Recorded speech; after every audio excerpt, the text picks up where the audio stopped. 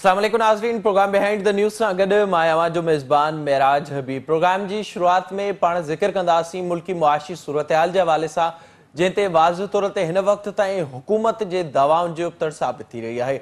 हुकूमत पारां जेके दावाऊं कयूं वियूं हुयूं, उन जे हिन वक़्त ताईं हुकूमत उबतड़ साबित थी रही आहे। हुकूमत पारां इहो ॿुधायो वियो हो त IMF खां कर्ज़ न वरिता वेंदा, पर IMF खां कर्ज़ वरिता विया आहिनि ऐं न सिर्फ़ कर्ज़ वरिता विया आहिनि, पर सख़्त शर्तनि ते उहे कर्ज़ वरिता विया आहिनि।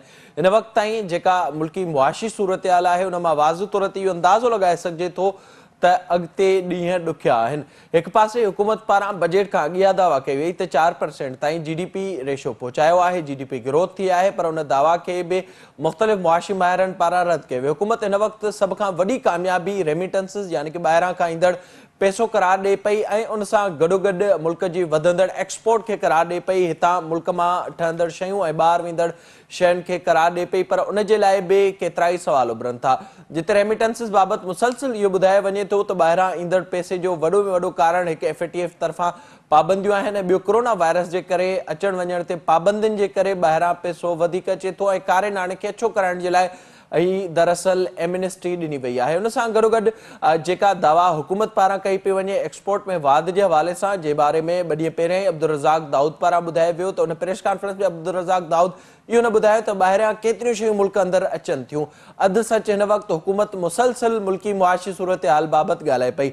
अब्दुल रज़ाक दाऊद पारां इहा दावा कई वई त मुल्की तारीख़ में पहिरियों भेरो एतिरियूं एक्सपोर्ट्स थियूं आहिनि, पर उन जो तालुक बि इहो ॿुधायो पियो वञे त मुसलसिल इंडिया ऐं बांग्लादेश कोरोना वायरस सबबि बंदि हुजण करे पाकिस्तान जी टेक्सटाइल में ख़ासि तौर ते एक्सपोर्ट वधी आहे। ऐं ॿिए पासे जेको ताज़ो ई हुकूमत पारां कुझु अर्सो पहिरियां कंस्ट्रक्शन जे शोबे खे एमनेस्टी ॾिनी वई हुई ऐं बजट में जेके ईज़ ऑफ डूइंग बिज़नेस जी ॻाल्हि ॿोल कई वई हुई, उन ते बि केतिरा ई सवाल उथनि पिया। उन जे लाइ बि हिकु ख़ासि तबिके खे मुसलसिल हुकूमत पारां रिलीफ ॾिनो पियो वञे, पर अवाम ते उन जो को बि असरु नथो पवे। इन्फ्लेशन ॾींहों ॾींहुं वधंदी पई वञे। ॿ ॾींहं पहिरियों ब्यूरो ऑफ स्टैटिस्टिक्स जी रिपोर्ट मूजिबि त इन्फ्लेशन 1.3% सिर्फ़ु हिकु महीने में वधी आहे। इन्फ्लेशन जेका नवाज़ शरीफ़ जे दौर में 6.3% हुई, उहा हिन वक़्तु 8.4% ताईं पहुची चुकी आहे ऐं ईंदड़ ॾींहं अञा वधीक ख़तरनाक थी सघनि था। IMF खां जिन शर्तनि ते पाकिस्तान पारां कर्ज़ वरिता विया आहिनि, उन्हनि मूजिबि त पेट्रोल जी क़ीमतुनि में अञा वाध करणी आहे। टियों जेको IMF तरफ़ां पैकेज मिलणो आहे, उन बाबति सेप्टेंबर ते अञा ॻाल्हि ॿोल थियणी आहे। हालांकि इहो ॿुधायो वियो बार बार, इहो दावा कई वई वफ़ाक़ी हुकूमत तरफ़ां त हू उन्हनि शर्तनि खे न मञींदा, पर हिन वक़्तु हुकूमत न सिर्फ़ु मञींदे नज़र अचे थी, पर उन्हनि शर्तनि तहत अवाम ते बि उन जो मुसलसिल बार पवे थो।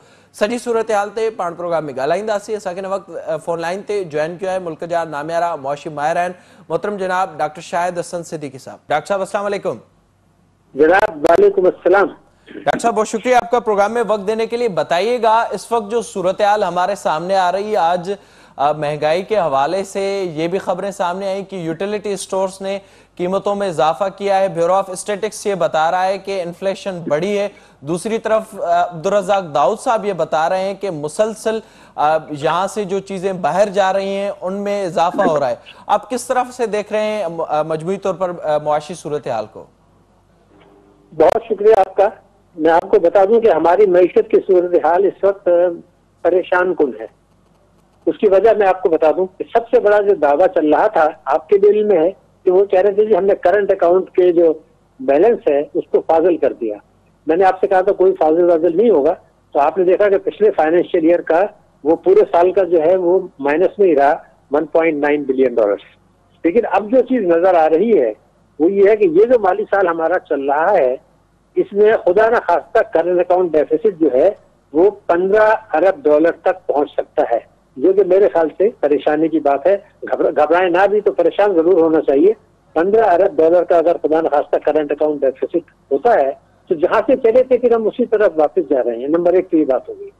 दूसरा ये था कि पिछले जो तकरीबन 2 महीने में हमने देखा कि डॉलर के मुकाबले में रुपए में 12 रुपए की कमी हो गई है।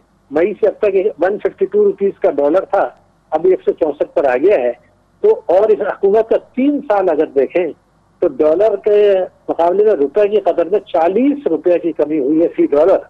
तो जब इतनी बड़ी कमी होगी तो फिर जाहिर बात है कि जो इम्पोर्टेड चीजें हैं, हम तो इम्पोर्ट पर भरोसा करते हैं, वो महंगी हो जाएंगी और उसकी वजह से जो है सनतों की पैदावारी लागत भी बढ़ेगी, आवाम महंगाई भी बढ़ेगी, आवाम की जो قوت خرید ہے وہ یہ حکومت پہلے ہی کم کر رہی ہے. تو سوال صرف یہ پیدا ہو رہا ہے کہ پہلے تو ہمیں یہ بتایا جائے 3 سال میں کہ سوائے ریمیٹنسز کے آپ نے کون سے شعبے میں بہتری دکھائی ہے.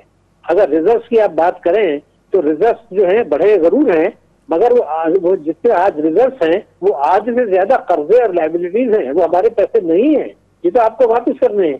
اور مہنگی شرح سود کو لے کے آپ یہ لے کر آ رہے ہیں، ہاٹ منی ہے یہ، اور یہ جب واپس دینا آئے گا تو ہمارے لیے ایک مسئلہ پیدا ہوگا کیونکہ مہنگی شرح سود پر لیے جا رہے ہیں. تو اگر دیکھا جائے تو اب عالمی منڈی میں تیل کی قیمتیں بڑھنے والی ہیں، آپ کو بھی پتا، ہمیں بھی پتا ہے، ویکسینیشن لوگوں کو ہو رہا ہے تو کنزمپشن بڑھے گی. ہمیں یہ بھی پتا ہے کہ شرح سود میں اضافہ جو ہے وہ ہونے والا ہے. اب سوال صرف یہ ہے کہ اگر تیل عالمی منڈی میں جو دوسری اشیاء ان کی قیمتیں بھی بڑھیں گی. اب IMF ہمارے پاس ستمبر میں آئے گا، پاکستان کے معاملات دیکھے گا اور یہ کہہ رہا ہے جی آپ نے جو بجٹ بنایا ہے وہ ہمارے جو ہم سے وعدے کیے گئے تو اس کے خلاف ہے. تو اب اس حکومت یہ ہاتھ پیر مار رہے ہیں کہ ستمبر سے پہلے کچھ نمائشی اقدامات اٹھا لیں، الٹے پلٹے کام کر لیں تاکہ IMF کو یہ کنونس کیا جا سکے کہ جی آپ ہمیں اب ہماری پالیسی جو ہے وہ چلنے کی اجازت دیں. تو حالانکہ معیشت کو آپ دیکھیں تو انتہائی کمزور بنیادوں پر استوار کیا جا رہا ہے، تو یہ صورتحال صحیح نہیں ہے. اب دیکھیے میں آپ سے عرض کر دوں کہ اسی سال جنوری میں ہمارا جو افراط زر تھا وہ تھا 5.7%. اب اگر یہ 8.4% جولائی میں رہا ہے تو اتنا زبردست اضافہ جو ہوا ہے، لیکن عوام کی قوت خرید آپ نے کم کر دی ہے. اس لیے کہ قومی بچت اسکیمیں جو ہیں اس میں ہم نے دیکھا کہ شرح منافع کم کر دی. ہم نے یہ بھی دیکھا کہ جو بہبود ہیں، پینشنرز کے اکاؤنٹس ہیں، ان کی بھی شرح منافع کم کر دی. اور جن لوگوں پر ٹیکس واجب نہیں تھا اس پر آپ نے 30% ٹیکس لگا لیا. مثلاً ایک خاتون خانہ ہے جس کے پاس 2-3 لاکھ روپے ہے، اس نے اس کو قومی بچت اسکیم میں لگا دیا، اس کے اوپر 15% ٹیکس کٹ جاتا، 30% ٹیکس کٹ رہا ہے. کہتے جی آپ نان فائلر ہیں، تو خدا کے غضب سے ڈرے، وہ نان فائلر خاتون نہیں ہے، اس کی آمدنی ہے ہی نہیں 6 لاکھ روپے، تو پھر وہ کیوں ریٹرن اترے گی. تو اگر اس طریقے سے آپ کریں گے تو اعتماد کا ایک بحران بھی پیدا ہوگا، میرے خیال سے معیشت کو بھی نقصان ہوگا. مگر ایک اور جو تماشا ہے وہ ہے ریمیٹنسز کا. اب دیکھیے ریمیٹنسز جو ہماری آ رہی ہیں تو آپ اسٹیٹ بینک کی رپورٹیں نکال لیں، 1 درجن سے زیادہ دفعہ وہ یہ لکھتے ہیں کہ یہ کارکنوں کی تفصیلات ہیں، ورکرز کی تفصیلات ہیں، لیبرز کی تفصیلات ہیں. تو کیا ہمیں قوم کو نہیں پتا کہ 8 سال میں اگر 168 ارب ڈالر کی تفصیلات آئی ہیں تو کیا یہ ورکرز کی تفصیلات ہیں؟ اگر اتنا پیسہ ان کے پاس ہوتا تو وہ باہر رہتے کیوں؟ تو یہ تو ایک کھیل ہو رہا ہے. 168 ارب ڈالر کی جو تفصیلات آئی ہیں اس میں کارکنوں کی صرف جو ہے وہ 30 ارب ڈالر ہے تقریباً. تو باقی تھوڑا سا اب جو آپ تفصیلاً صورتحال ناظرین کے سامنے رکھ رہے ہیں، ظاہر ہے ہم نے اس وقت جو حکومت مسلسل ایک چیز کا کریڈٹ لے رہی ہے، ایک تو ریمیٹنسز ہو گئے، دوسرا ایکسپورٹ کی بات کی جا رہی ہے. عبدالرزاق داؤد صاحب نے بھی 2 دن پہلے پریس کانفرنس میں وہ ساری چیزیں عوام کے سامنے رکھی، پر یہ نہیں بتایا کہ باہر سے چیزیں ملک میں آئی کتنی ہیں. جو آدھا سچ ہے وہ اس وقت حکومت مسلسل بتائے جا رہی ہے. جو ایکسپورٹ میں اضافہ ہوا اس پر بھی ایک یہ رائے ہے کہ کووڈ کی وجہ سے انڈیا اور بنگلہ دیش بند تھے، جس کی وجہ سے ٹیکسٹائل کو بوسٹ اپ ملا، اور ریمیٹنسز کو بھی FATF اور کووڈ سے ہی جوڑا جا رہا ہے. تو کیا آپ اس بات سے ایگری کریں گے کہ اس وقت جو حکومت اپنے معاشی صورتحال میں جن چیزوں پر بڑھ چڑھ کر بتا رہی ہے، دراصل وہ چیزیں بھی اس وقت شارٹ ٹرم کے لیے ہی اور وہ زیادہ عرصہ نہیں چل سکتی؟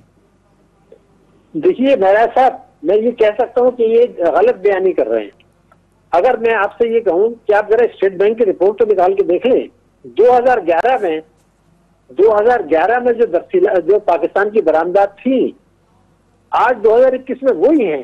تو کس بات کا یہ شور کر رہے ہیں؟ مجھے تو سمجھ میں عقل ہماری حیران ہوتی ہے کہ ان کو یہ شرم بھی نہیں ہے کہ اس وقت 2011 میں تو 88 روپے کا ڈالر تھا، 88 روپیز کا، اب جو ہے 154 سے 164 پر آ رہا ہے. تو اگر وہی تفصیلات ہیں جو 2011 برآمدات ہیں جو 2011 میں تھی تو فخر کی کون سی باتیں ذرا مجھے سمجھاتے دیں. حالانکہ اس دوران میں ہم نے یہ دیکھا کہ برآمد کنندگان کو بے تحاشا مراد دی گئی ہیں. تو سوال صرف یہ پیدا ہو رہا ہے کہ اتنا روپے کی قدر میں کمی کرنے کے باوجود اگر ہم اسی برآمدات کے لیول پر ہیں جو پیپلز پارٹی کے زمانے میں 2011 میں تھی اور بڑی حد تک 2013 میں بھی تھی، جو 2018 میں جو پچھلی حکومت کا آخری سال تھا وہ اتنی ہی تھی، تو کس بات کا کریڈٹ لے رہے ہیں؟ تو مقصد یہ تھا کہ اپنی قوم ہے، اپنی قوم کے ساتھ آپ غلط بیانی کر کے حقائق چھپائیں گے تو آج کل کے زمانے تو میڈیا کا دور ہے, آپ اپنے پروگرام میں سب چیزیں کھول کے بتا دیں گے کہ بھئی یہ تو کوئی برآمدات تو بڑی نہیں ہے. ریمیٹنسز جو میں نے آپ کو بتایا کہ وہ کارکنوں کی نہیں ہے, اسٹیٹ بینک غلط بیانی کر رہا ہے. اور میں نے دیکھا کہ تقریباً 100 دفعہ وہ یہ کہہ چکے ہیں پچھلے برسوں میں کہ یہ کارکنوں کی تفصیلات ہیں. اگر 168 ارب ڈالر ملک میں واقعی آ جاتے اور واپس نہیں جاتے تو آپ کے خیال سے معیشت ہماری کہاں چلی جاتی؟ ہوا یہ ہے کہ کارکنوں کی تفصیلات ہے 30 ارب ڈالر. اب اس میں ہمارا جو 111(4) ہے انکم ٹیکس آرڈیننس کا, اس میں یہ ہوتا ہے کہ لوگ مارکیٹ سے جو ہے وہ ڈالر خرید کے پیسہ باہر بھیج دیتے ہیں. تو میرا اسسمنٹ ہے کہ اگر آپ کے 27 برسوں میں کوئی 175 ارب ڈالر ہمارے ملک سے چلا گیا, اور اس میں اگر یہ جبکہ ہمارے قرضے 118 ارب ڈالر کے ہیں, تو کوئی یہ سوچ رہا ہے کہ اگر یہ پابندی لگا دیں کہ آپ مارکیٹ سے ڈالر خرید کے باہر نہیں بھیج سکتے پیسہ سوائے تعلیم کے, سوائے علاج معالجے کے یا اسٹیٹ بینک کی منظوری سے, تو پھر آپ کا تو قرضہ جو ہے وہ ہوتا ہی نہیں. اور اگر ہوتا تو وہ پھر منصوبوں کے لیے ہوتا, ہمارے جو ہے وہ ڈیمس بن رہے ہوتے. تو یہ جو اشرافیہ کی معیشت ہے کہ تمام بیشتر برات جو ہیں اشرافیہ کو, طاقت طبقوں کو, ٹیکس چوری کرنے والوں کو, قومی دولت لوٹنے والے کو دی جائیں اور عوام کے اوپر معیشت کے پاس جوڑا جائے اور غلط حقائق بتائی جائیں. تو میں یہ چاہتا ہوں کہ اب ہمیں یہ چاہیے کہ ان سیاستدانوں, یہ جو حکمران میں لوگ آ گئے ہیں, ان کی باتوں سے یہ ان کو بلائیں جب آپ کے پروگرام میں, تو ان کو اسٹیٹ بینک کی فیگر دکھا دیں, ان کو منسٹری آف فائنانس کی فیگر دکھا دیں کہ جناب آپ یہ تقریروں میں بات کر رہے ہیں تو ذرا اس میں ان رپورٹ میں تو فیگر نکال کے دکھا دیں. جب منسٹری آف فائنانس کی جو رپورٹیں ہیں اس میں بھی یہ جھوٹ تو نہیں بول سکتے نا, تقریروں میں بول سکتے ہیں. تو ہمارا آپ کا بھی شاید اب یہ میڈیا کا ذمہ داری بنتی ہے کہ جب حکمراں جماعت کے لوگ آئیں تو وہ تاریخیں کرنی شروع کریں تو ان کو رزاق داؤد کا, پرائم منسٹر کا, جو ہے وزیر خزانہ کے بیانات دکھائیں اور اسٹیٹ بینک کی رپورٹیں دکھا دیں, منسٹری آف فائنانس کی رپورٹیں دکھا دیں, تو پتہ چلے گا کہ یہ سب جھوٹ کی بنیاد پر اور غلط بیانیے کی بنیاد پر کا کام چل رہا ہے. اور یہ 40 روپے لیٹر, اگر 40 روپے اگر روپے کی قدر کم ہوئی ہے تو ذرا جواب تو دے دیں کہ اس میں کیوں یہ جو ہے 3 مہینے میں اگر 12 روپے ڈالر گر گیا ہے تو ذرا جواب تو دے دیں. افراط زر جنوری میں اگر آپ کو بھی پتا ہے 5.7 تھا, ابھی 8.9 ہو گیا, تو ذرا ہمیں جواب تو دے دیں کہ یہ کون کر رہا ہے.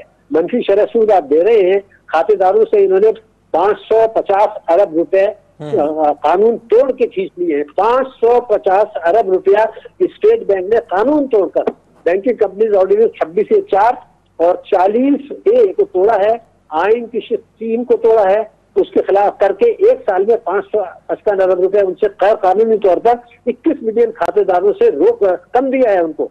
اور یہ چیز جو ہے نا ناقابل برداشت ہے. تو میں نے تو سپریم کورٹ میں 184(3) کے تحت کانسٹیٹیوشن پٹیشن یعنی آئینی درخواست داخل کر دی ہے کہ لوگوں کے ساتھ ظلم ہو رہا ہے, قانون توڑ کے اتنی بڑی رقم جو ہے وہ 1 سال میں 550 ارب کھینچ لیں. تو ہمارے جو وکیل ہیں حشمت حبیب صاحب, انہوں نے اسلام آباد میں یہ دائر کر دی ہے. اب اسٹیٹ بینک میں ہیئرنگ ہوگی تو سپریم کورٹ میں تو یہ ساری چیزیں سامنے آئیں گی کہ آپ یہ کر کیا رہے ہیں, عوام کو کچل رہے ہیں, لوگوں سے زبردستی جو ہے غیر قانونی طور پر ٹیکس کاٹ رہے ہیں, انفلیشن بڑھ رہا ہے. شرح نمو کا اگر میں آپ کو بتا دوں کہ ان کے 3 برسوں میں شرح نمو صرف 1.9% رہی ہے اوسط. 3 برسوں میں ان کے اپنے مطابق جو ہے وہ 1.9% شرح نمو ہے, اور 5 سال میں زیادہ سے زیادہ یہ 3.5% اوسط پہ جائیں گے, اس سے زیادہ آگے نہیں جانے والے ہیں. تو یہ کب تک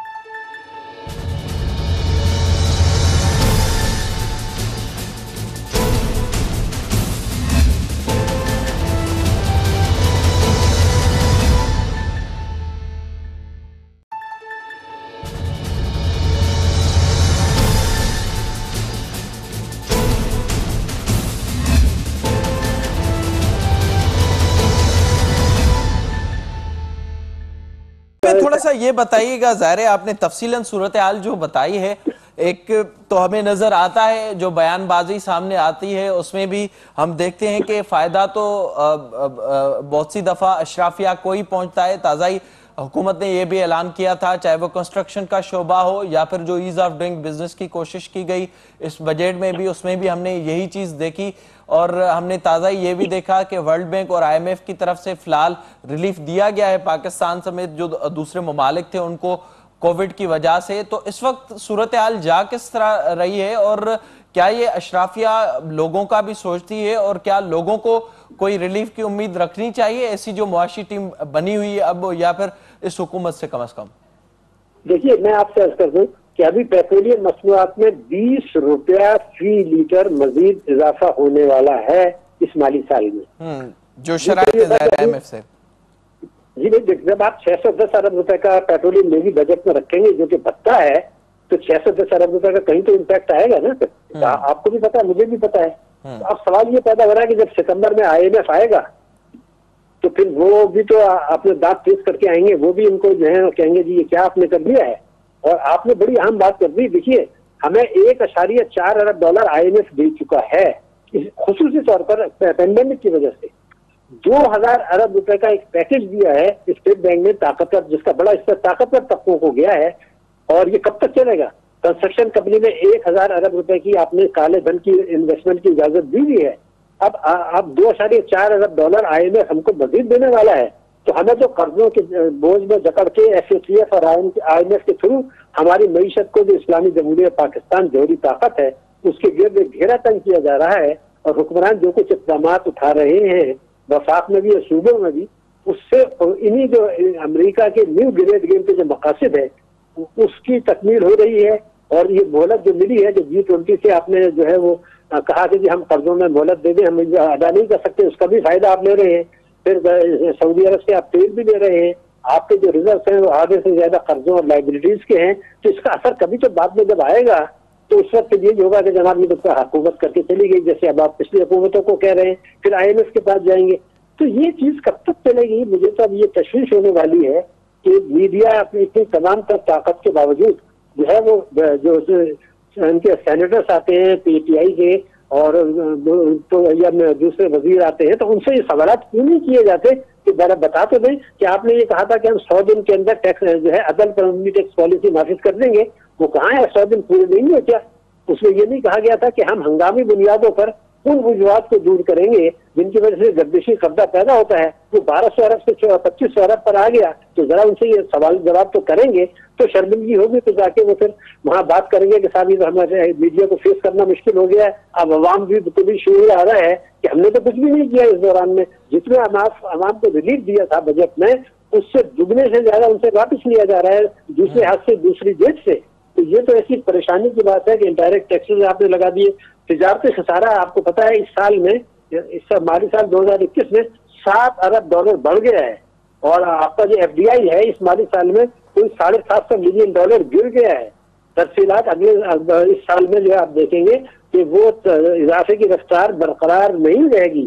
روشن ڈیجیٹل اکاؤنٹ میں آپ مہنگی شرح سود پر قرضے دے رہے ہیں، پیسے آپ منگا رہے ہیں، وہ کبھی واپس تو کرنی ہے نا، تو اس سے غضب سے ڈریں کہ آپ نے جو ہے ایک سال کا 6.5% منافع دے دیا۔ اس میں وہ لوگ بھی پیسہ لا رہے ہیں جنہوں نے ایمنسٹی لی تھی اور یہاں سے لوٹ کے پاکستان پیسہ گیا تھا، ہم نے ان کو 6% لے کے اس کو باہر رکھنے کی اجازت دے دی۔ اب آپ کو ان کو 6.5% ان سے آپ منافع دے رہے ہیں روشن ڈیجیٹل میں، تو 3 سال میں تو 20% وہ کما لیں گے، جبکہ باہر جو ہے 0.5% کما رہے ہیں۔ تو آپ نے تو ان کو بھی انعامات سے نواز دیا جنہوں نے ایمنسٹی کر کے قومی دولت یہاں واپس لانے کے بجائے وہاں رکھی تھی حکومت کی اجازت سے۔ تو دعویٰ کہاں چلا گیا کہ ہم لوٹی ہوئی دولت واپس لائیں گے؟ ذرا مجھے بتا تو دیں یہ قانون سازی کیوں کر لی؟ کیا یہ قانون سازی اس حکومت کے دور میں نہیں ہوئی کہ جو آف شور میں پیسہ لوٹ کے پاکستان سے دیا ہے، چاہے وہ سیاستدانوں کا ہو، چاہے حکمرانوں کا ہو، چاہے ججز کا ہو، چاہے آرمی کا ہو، چاہے بیوروکریسی کا ہو، چاہے بزنس مین کا ہو، وہ پیسہ یہاں لانے کی ضرورت نہیں ہے۔ یہاں پر روپیز میں ٹیکس دے دیں، انکم ٹیکس ڈپارٹمنٹ سے بات کر لیں۔ تو جب آپ اس قسم کے قانون بنائیں گے تو لوٹی ہوئی دولت لانا یہ سب تو پھر ختم ہو گئی نا، آپ تو اس کو باہر رکھنے کے لیے انکریج کر رہے ہیں۔ تو معیشت کے لیے کیا ہے ذرا ہمیں تو بتایا جائے کہ کہاں بہتری آئی ہے سوائے ترسیلات کے؟ اس کا کچا چھٹا میں نے آپ کو بتا دیا۔ تو اتنی کمزور بنیادوں پر یہ معیشت استوار کر رہے ہیں۔ اب میں آپ کو بتاؤں کرنٹ اکاؤنٹ کا بہت شور تھا، لیکن سب سے بڑا کرنٹ اکاؤنٹ تو 2008 میں ملا تھا زرداری گیلانی حکومت کو، وہ تھا 8.2%، وہ 2011 میں پلس ہو گیا تھا 3 سال کے بعد۔ ان کو تو 6.2 ارب ڈالر GDP کا ملا تھا، और वो कभी भी 10 में हुआ, इस साल भी एक इशारे ज़ाहिर है वो देखना है कि जाते जाते ये वहां तक भी पहुंचाते हैं कि नहीं। बहुत शुक्रिया डॉक्टर साहब प्रोग्राम में वक्त देने के लिए। ज़ाहिरी तौर ते जेको ख़ास तबको आहे अशराफिया जेके डॉक्टर शाहिद हसन सिद्दीकी पारां बि ॿुधाए तो उनखे मुसलसल रिलीफ ॾियण जी कोशिश कई पई वञे, खणी पोइ कंस्ट्रक्शन जो शोबो हुजे, रेमिटेंसिस वारो मामलो हुजे या उन सां गॾोगॾु बजट में जेका असांखे सूरत हाल नज़र आई आहे। हुकूमत हिन वक्त ताईं मुआशी सूरत हाल में का बि बहितरी आणण में को किरदार अदा कंदे नज़र नथी अचे। इन खां अलावा पाण प्रोग्राम में ज़िक्र कंदासीं बहरिया टाउन जे हवाले सां, जिते अॼु सिंध हाई कोर्ट पारां अहम फ़ैसिलो ॿुधायो वियो आहे। हिते वक़्ति ब्रेक जो असां सां गॾु हुजो।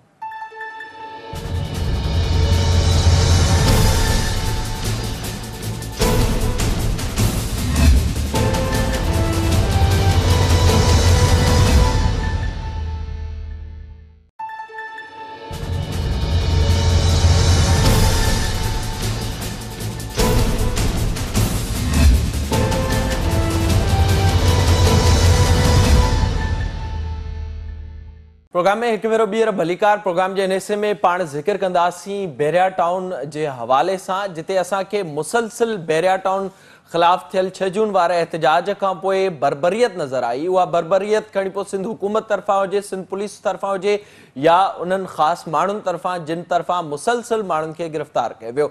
हीउ सिलसिलो जेको 6 जून खां शुरू थियो उहो हिन वक़्त ताईं जारी आहे, पर सुठी ॻाल्हि इहा आहे त मुसलसिल जेके ख़ासि धुरियूं हूं उन्हनि खे नाकामी नसीब थिए पई। मलिक रियाज़ जे गैर क़ानूनी तौर अॾियल बहरिया टाउन ख़िलाफ़ असांखे हर पासे खां आवाज़ उथंदे नज़र ईंदो। हिकु पासे Sindh action committee, Sindh legal aid जा वकील हुआ ऐं सिंध जो अवाम हो, त ॿिए पासे असांखे बहरिया टाउन सां गॾु बीहंदे सिंध हुकूमत, पाकिस्तान पीपल्स पार्टी जी क़यादत खां वठी सभु माण्हू, उन सां गॾोगॾु PTI, MQM, जमायत इस्लामी तोड़े जो इदारा बि असांखे उन वक़्तु नज़र आया। हीअ सूरत हाल एसि ताईं वधी जो असां इहो बि ॾिठोसीं त मुसलसिल जेके कारकुन हुआ उन्हनि खे न सिर्फ़ु गिरफ़्तार कयो वियो, पर उन्हनि खे धमकायो, ड्रिॼारियो वियो, उन्हनि ते केस दाख़िल कया विया। पर मुसलसिल हिन वक़्तु रिलीफ वारियूं ख़बरूं अचनि पियूं। कुझु ॾींहं पहिरियां ई अहम जेका ख़बर साम्हूं आई, सनान कुरैशी समेत जेके ॿिया असीर हुआ बहरिया टाउन जा, उन्हनि खे आज़ादी मिली। उन बाद मुसलसिल इहो सिलसिलो जारी हो, जॾहिं त अॼु सिंध हाईकोर्ट पारां हिकु ॿियो अहम फ़ैसिलो ॿुधायो वियो आहे। सिंध हाईकोर्ट पारां वधीक पुलिस खे गिरफ़्तारियूं करण खां रोकियो वियो आहे। इन सॼे मामले ते जिते सिंध एक्शन कमेटी समेत सॼी सिंध पंहिंजो किरदारु अदा कयो, त उते असांखे सिंध लीगल एड कमेटी जा वकील बि नज़र आया। इन ई मामले ते पाण ॻाल्हाईंदासीं। असांखे हिन वक़्तु फ़ोन लाइन ते जॉइन कयो आहे सिंध लीगल एड कमेटी जा अॻवान आहिनि मोहतरम जनाब मोहम्मद ख़ान शेख साहब। साईं अस्सलाम वालेकुम। वालेकुम सलाम हबीब, जिंदाबाद। शेख साहब वॾी महिरबानी, thank you so much programme में वक़्तु ॾियण जे लाइ। ॿुधाइजो हिन वक़्तु ताईं जेका सूरत हाल साम्हूं आहे, जेका असांखे नज़र अचे पियो, जेको ज़ुल्म बर्बरियत असां ॾिठोसीं 6 जून खां पोइ शुरू थियो, उहो किथे पहुतो आहे? केतिरा हिन वक़्तु बि जेके कारकुन आहिनि उहे जेलनि में आहिनि? केतिरियूं हिन वक़्तु ताईं केस आहिनि जेके अञा ताईं हलंदड़ आहिनि? मुंहिंजा भाउ हिन वक़्तु ताईं कुल टोटल 158 कारकुन गिरफ़्तार थिया हुआ, जंहिंमां 152 आज़ाद थी चुका आहिनि ऐं 5 ॼणा आहिनि बाक़ी जिन जी असां बेल फाइल बि न कई आहे। उहो सबबु इहो आहे त हुननि जे मथां कुझु एलिगेशन आहिनि, जिन करे उहा असां as a Sindh legal aid committee तरफ़ां फाइल न कई आहे। ॿियो साईं ज़ैन शाह आहे, जीअं पाण वॉलंटियरली पंहिंजी गिरफ़्तारी में जेको ज़मानत कराइण लाइ तयारु न आहे। इहा थी सूरत हाल, ॿियनि सभिनी जी बाक़ी ज़मानत थी चुकी आहे। ऐं हिकिड़ो नौजवान शकील लिगारी आहे, उनजी ज़मानत थियल आहे, पर उनजी शुअर की न ते ज़मानत थी सघी आहे। बाक़ी हाणे अचूं था अॼु जी सूरत हाल ते, त अॼु असांखे तमामु सुठी माना मोट मिली हाई कोर्ट मां, छो त ॾिठो इहो वियो त कल्ह असांजो जंहिं रोस्ट्रम में केस खणी वियो उहो डेलिबरेटली बेंच चेंज थी वई हुई, कराई वई हुई, जंहिंखे असांजे दोस्तनि माना असांजी टीम जे मेंबरनि काज़िम मयसर ॾाढो सुठो एक्टिव नौजवान आहे, जंहिं हुन साज़िश खे सम्झंदे ऐं देरि ताईं उनखे वापसि साॻे रोस्ट्रम में वापसि आणायो, जेका जस्टिस इक़बाल अहमद कलोरो साहब ऐं फ़हीमुद्दीन सिद्दीकी उन्हनि जी बेंच में हली रहियो, छो त 2-3 डेट्स उन्हनि ई ॾिनी हुयूं। हाई कोर्ट में ईअं न थींदो आहे जंहिं बेंच में केस हलंदो हुजे ऐं विदाउट कंहिं रीज़न जे ॿिए कंहिं बेंच में ट्रांसफर थी वञे, छो त नओं जज वरी नए सिरे सां ॻाल्हि कंदो ऐं नओं कुझु थींदो। सो अॼु जॾहिं माना वरी वापसि केस हलियो, अॼु साईं जलाल शाह बि कोर्ट में मौजूदु हो, होॾा उन्हनि जा वकीलनि साॻियो ई कयो त फारूक कृष्ण नाइक न आयो, प्रोसिक्यूटर जनरल उहो बि न आयो, पर ख्वाजा नवीद ऐं PLF जा वकील ऐं कुझु PG जा एडिशनल PG उहे मौजूदु हुआ। बहरहाल अदालत सभिनी खे सिधो सोचियो त जॾहिं तव्हांखे डायरेक्शन ॾिनी हुईसीं त हिकु केस जूं हिक खां वधीक FIRs नथियूं थी सघनि, त तव्हां अञा ताईं हुन ते कंप्लायंस छो न कयो आहे, अमल दरामद छो न कयो आहे? जंहिंते अॼु बि माना हू कोन खणी आयो, छो त पुठियूं डेट जेका हुई उहा सिर्फ़ु स्ट्राइक जे करे 28 जुलाई हुई, स्ट्राइक जे करे उन ॾींहं ते कार्रवाई न थी सघी हुई। बहरहाल उन्हनि खे 28 जुलाई ते पेश करिणो, पर अॼु जेका ही कंप्लेंट्स रिपोर्ट पेश करणी हुई, सो असां सम्झूं था डिले टैक्टिस छा आहिनि, पर तंहिं हूंदे बि अॼु अदालत तमामु सुठो फ़ैसिलो ॾिनो त हाणे इन्हनि FIRs में ब्लाइंडली कंहिंखे बि गिरफ़्तार न कंदा, छो त माना को बि कंहिंखे बि माना चओ त भाई ही माण्हू अची विया, नामालूम त तव्हां 40-50 हज़ार माण्हुनि जे ख़िलाफ़ FIR कटी आहे, माना उन में ज़िक्र आहे, त पोइ उन में तव्हां जंहिंखे चाहियो कंहिंसां बि दुश्मनी हुजे उनखे फिट कंदा। सो उहो स्ट्रिक्टली पाबंदी लॻाई वई इन शइ ते, उहो आर्डर में बि लिखियल आहे। शेख साहब इहो थोरो क्लियर कजो, ज़ाहिरा इहो इम्कान हो इन सूरत हाल जो कुझु ॾींहं असां पहिरियां हिकु अहिड़ो मामिलो बि ॾिठोसीं ऐं बार बार इन शइ जूं ख़बरूं बि साम्हूं अचनि पियूं त जेके उते वेठल गबोल जोखिया या जिन सां जेके हिन वक़्त ताईं मुक़ाबिलो कनि पिया, मुआहिदो अटकाइनि पिया बैरिया टाउन सां, त उन्हनि ते उहे केस दाख़िल थी सघनि था जेके नामालूम ॼाणाया विया आहिनि, उन्हनि ज़रिए उन्हनि खे दॿाइण जी कोशिशि थी सघे थी, इहो इम्कान ज़ाहिर कयो पियो वञे।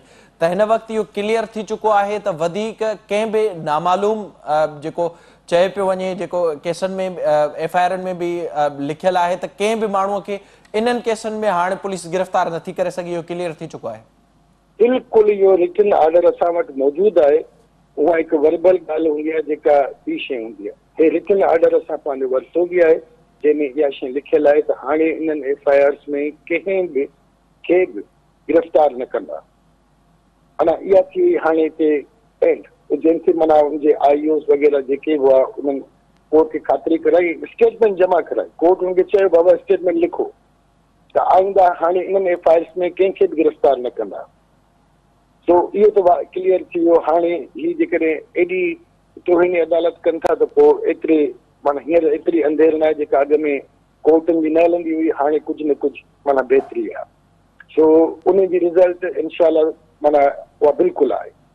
बाक़ी हिननि जेका अञा ताईं कंप्लेंट्स न कई आहे उन में ख़ासि तौर जेके PLF पीपल्स लायंस फोरम जा उहिदेदार आहिनि, उहे पंहिंजो हीरोज़म जो किरदारु अदा करण था चाहिनि, जीअं असांजे थ्रू का ट्रैकड़ी थी। सो अॼु बि असांखे उन्हनि ऑफर कई त असांजो तव्हां सां छो ॻाल्हायूं, तव्हां असां सां जेको कयो आहे हाणे हीरो थियण जी कोशिशि न करियो, तव्हांखे जेको वणे करियो। असां कानून मूजिबि हलूं था, अदालत असां को वेड़ कोन था करियूं, असीं सिर्फ़ु ऐं सिर्फ़ु हक़ था घुरूं ऐं कानून जे दायरे में था घुरूं।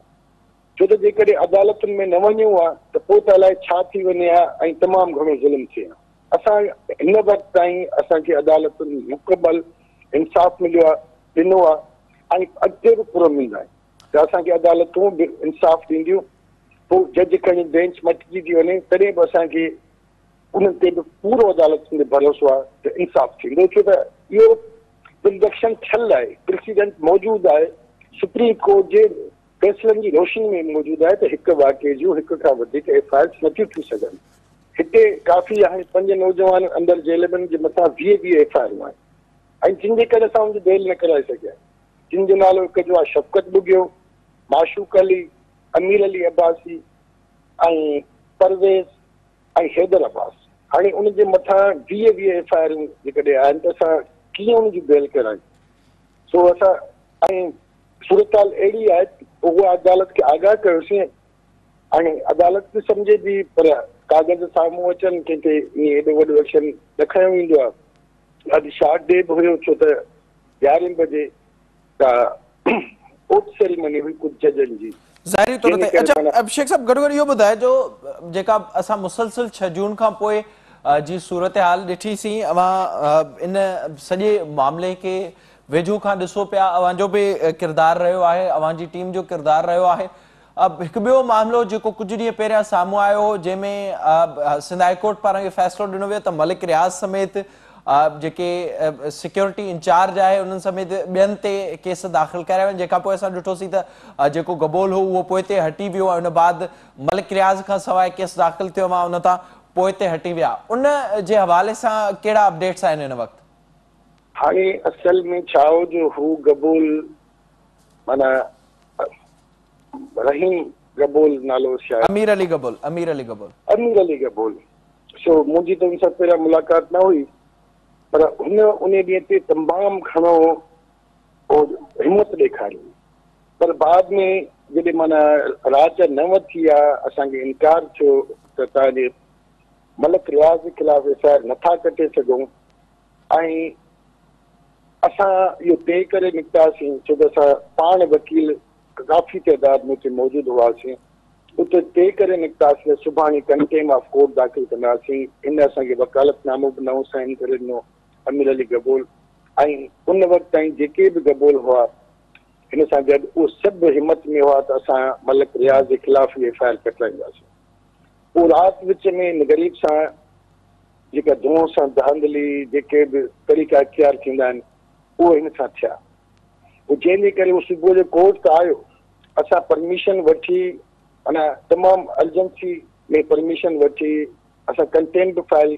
कईसीं पर विदाउट कंप्लेन जे त कुझु नथो थी सघे त हू उन वीचारे हथु खणी छॾियो त मां सॼी राति मूंसां छा थियो आहे केतिरो ब्लैकमेल थियो आहे केतिरियूं धमकियूं मिलियूं आहिनि केतिरो कुझु थियो आहे सो आउं हाणे नथो करे सघां मलिक रियाज़ ते केस दाख़िल नथो करे सघे वॾी महिरबानी अवांजी शेख साहब प्रोग्राम में वक़्तु ॾियण जे लाइ ज़ाहिरी तौर ते हिन वक़्तु बहरिया टाउन वारो मामिलो जेको सॼी सिंध जंहिं ते एहतिजाज पंहिंजो रिकॉर्ड करायो उन खां पोइ गिरफ़्तारियूं थियूं ऐं उन सां असां इहो बि ॾिठोसीं त सिंध एक्शन कमेटी सां गॾोगॾु सिंध लीगल एड जे वकीलनि पारां बि पंहिंजो भरपूर किरदारु अदा कयो वियो हिन वक़्तु उनजी पोज़ीशन इहा आहे त तक़रीबन जेके बहरिया टाउन में विॻोड़नि खां पोइ गिरफ़्तारियूं थियूं उहे तक़रीबन आज़ाद थी चुका आहिनि कारकुननि समेत सनान कुरैशी जी बि कुझु ॾींहं अॻु आज़ादी थी पर हिन वक़्त ताईं जेका मरहलेवार सिंध एक्शन कमेटी जी जिदोजहद हुई उन में ठापुराई आहे कोरोना वायरस जी सूरत हाल जे करे जेको टियों मरहलो आहे उनजी शुरूआत नाहे थी सघी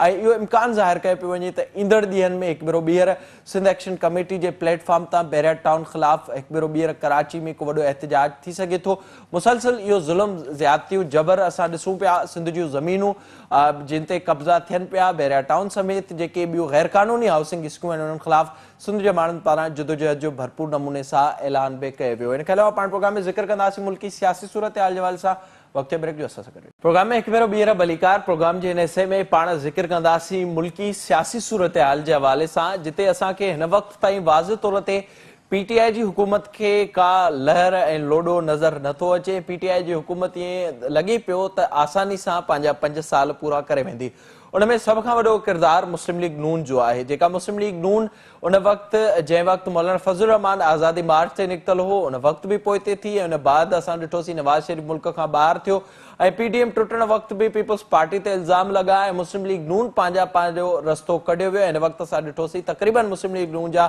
जेके गिरफ़्तार अॻुवाण हुआ उहे आज़ाद थी चुका आहिनि मुस्लिम लीग नून अंदरि हिन वक़्तु बयानीअ जी जंग हले पई बयानियो शहबाज शरीफ़ जो हलणो आहे यानी कि मफ़ाहमत वारो या नवाज़ शरीफ़ जो हलणो आहे यानी कि मुज़ाहमत वारो उन ते हिन वक़्तु ताईं बहस जारी आहे शहबाज शरीफ़ पारां ॾिनल ताज़े इंटरव्यू खां पोइ इहे ख़बरूं बि गर्दिश कनि पियूं त हिन मुल्क में आख़िर अवामी हुकुमरानी कॾहिं ईंदी ऐं शफ़ाफ़ चूंडुनि जो जेको ख़्वाबु आहे अवाम जो उहो कॾहिं पूरो थींदो छो त शहबाज शरीफ़ पारां वाज़े तौर ते इहो ॿुधायो वियो हो त अगरि नवाज़ शरीफ़ हुन जे चवण ते हले हा यानी कि मुफ़ाहमत वारी पॉलिसी ते हले हा त शायदि नवाज़ शरीफ़ चौथो भेरो मुल्क जो वज़ीर आज़म हुजे हा हिन वक़्तु हिकु पासे इहा सूरत हाल नज़र अचे पई ऐं ॿिए पासे नवाज़ शरीफ़ मज़ामत ज़रिए अॻिते वधणु चाहे पियो इन सॼे मामले ते पाण प्रोग्राम में ॻाल्हाईंदासीं ऐं ख़ासि तौर ते जेका हिन वक़्तु पंजाब जी सूरत हाल नज़र अचे पई सियालकोट में चूंडुनि में नाकामी खां पोइ हिन ते ॻाल्हाईंदासीं असांखे हिन वक़्तु फोन लाइन ते जॉइन कयो आहे सीनियर सहाफ़ी ऐं तजनिगार शाहीन कुरैशी साहब शाहीन साहब अस्सलाम वालेकुम।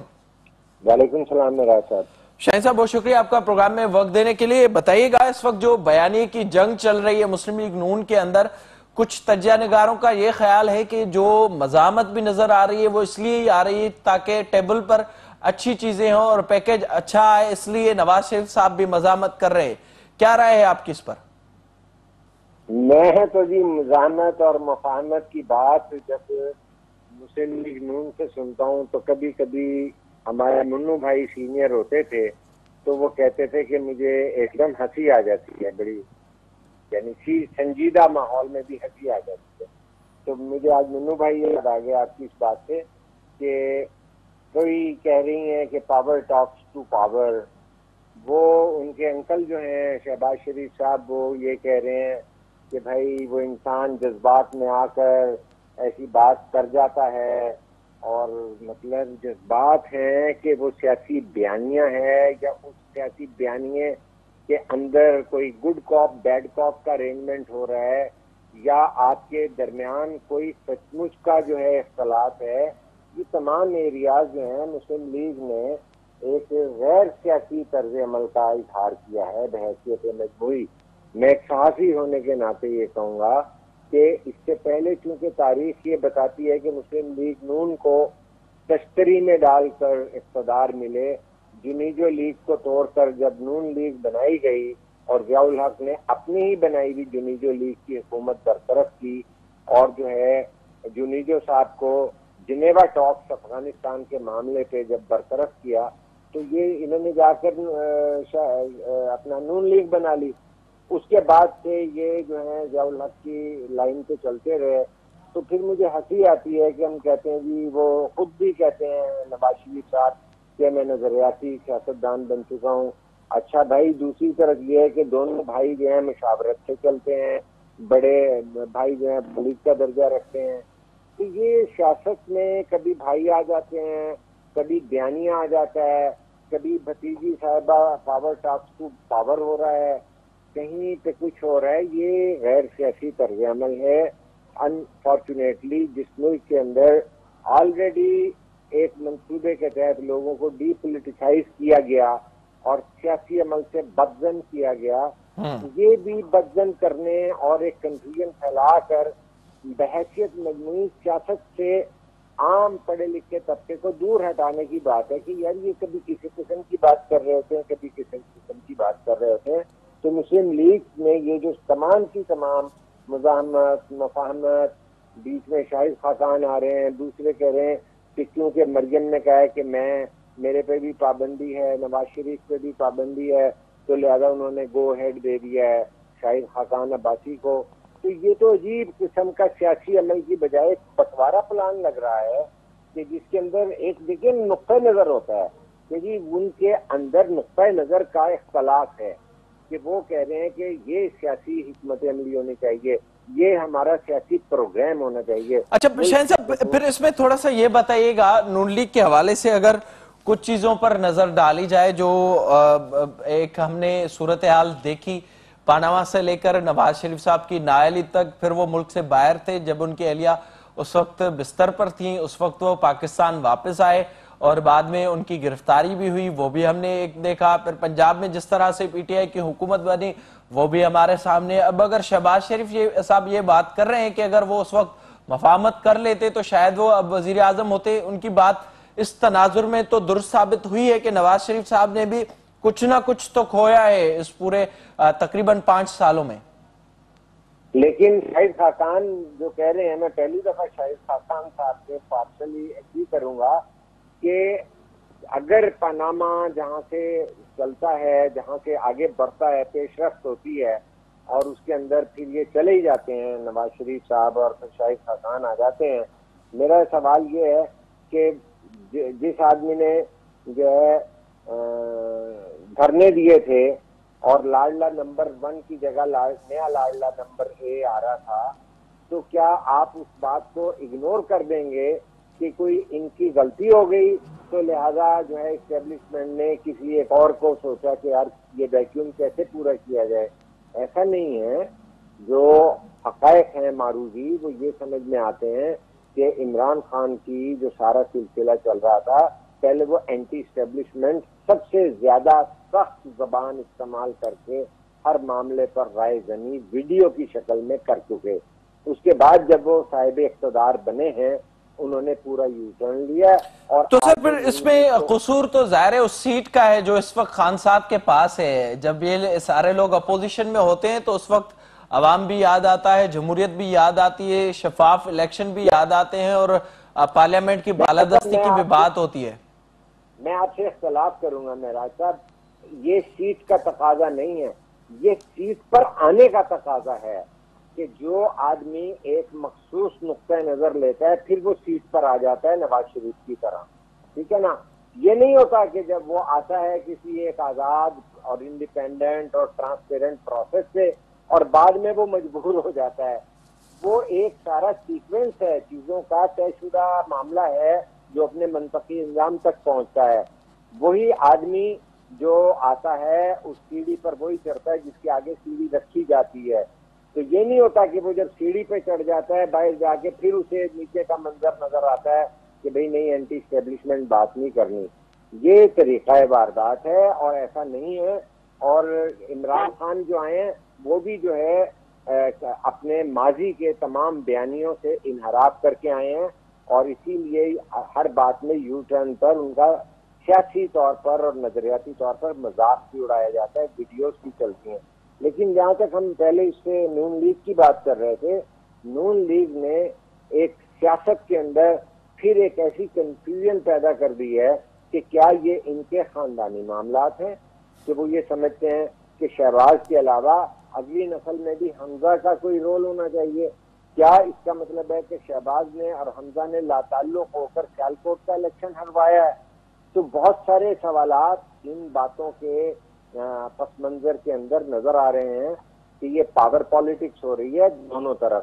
اور میری ذاتی نقطۂ نظر سے اسٹیبلشمنٹ کے پاس خوش قسمتی سے لاڈلا 1 اور لاڈلا 2 دونوں آپشن موجود ہیں. ظاہری طور پر جو ہمیں اس وقت تک صورتحال نظر آ رہی. بہت شکریہ آپ کا شاہین قریشی صاحب پروگرام میں وقت دینے کے لیے. ان وقت مسلم لیگ نون اندر اختلاف گزل کچھ عرصے کا نظر اچن پیا, اختلافن جو جको کارن آہے وہ مزاحمت یا مفاہمت بدائے پہ ونے. شہباز شریف چاہے پہ مفاہمت ذریعے اگتے ہل جائے, نواز شریف ان وقت تائیں مزاحمت ذریعے اگتے ہلن چاہے تو, پر جی شاہین قریشی صاحب بدایو تا اسٹیبلشمنٹ وٹ بئی آپشن موجود ہیں, کیڑے وقت کیڑے آپشن کے استعمال کرنو آئے, ان تحت ہی صورتحال اگتے ودندی ہے. انہی صورتحال جے کرے تازو ہی مسلم لیگ نون کے کشمیر توڑے سیالکوٹ جی ننڈی چونڈن میں شکست پڑتی ہے. انہی سائیں پروگرام جو وقت پانچی پجانی تے پوتو, پانچے میزبان معراج حبیب کی دیندا اجازت. اللہ واہی.